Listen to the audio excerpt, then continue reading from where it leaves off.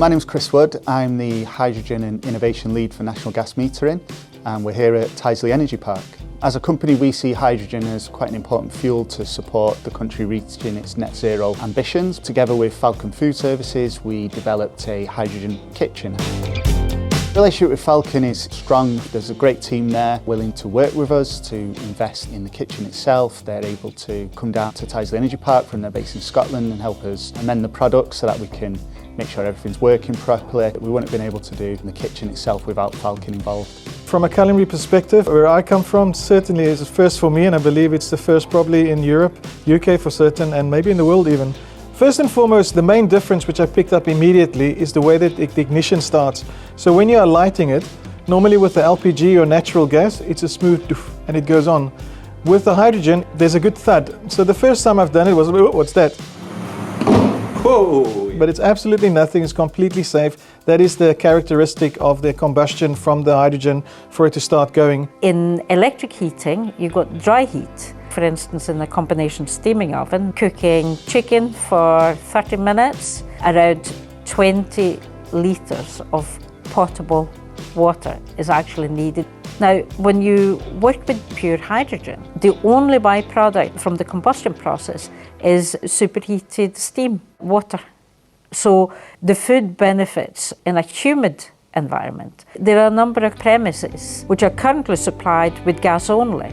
And in order to do the same level of work in pure electric, you have to put in three-phase supply. Not every caterer have the opportunity to install three-phase supply, particularly if you're looking at induction, which in itself creates phase change. So a heavy load, say in a city centre location, could actually cause a major issue for the grid. And therefore having the continued availability of gas gives that flexibility of energy delivery. Switching from gas to hydrogen, there's absolutely no difference at all. Treated exactly the same as what I've done before. So all my sauteing, my wok work, my pan frying, my shallow frying, even when the deep frying comes with the chips and the battered fish and things like that, exactly the same.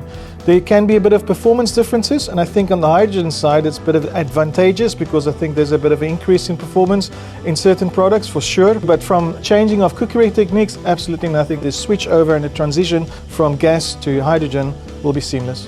It is very clear that hydrogen will indeed need to be a very important part of the total picture. Exactly how it will fit in is still to be determined, but it's going to be part of the mix. It's our belief that we can make hydrogen probably safer than natural gas at the moment. It's putting a lot of development into the safety systems, the products, to make sure that equipment involved in the commercial catering industry is as efficient and effective as possible. And what this facility enables us to do is to develop those products, so in a real world setting. And it's our belief that actually while hydrogen can be volatile, can be dangerous when it's released and it's unmitigated, by putting in the engineering equipment, the safety devices, the systems that we're developing, then hydrogen can be a lot more safe to use in a commercial catering environment.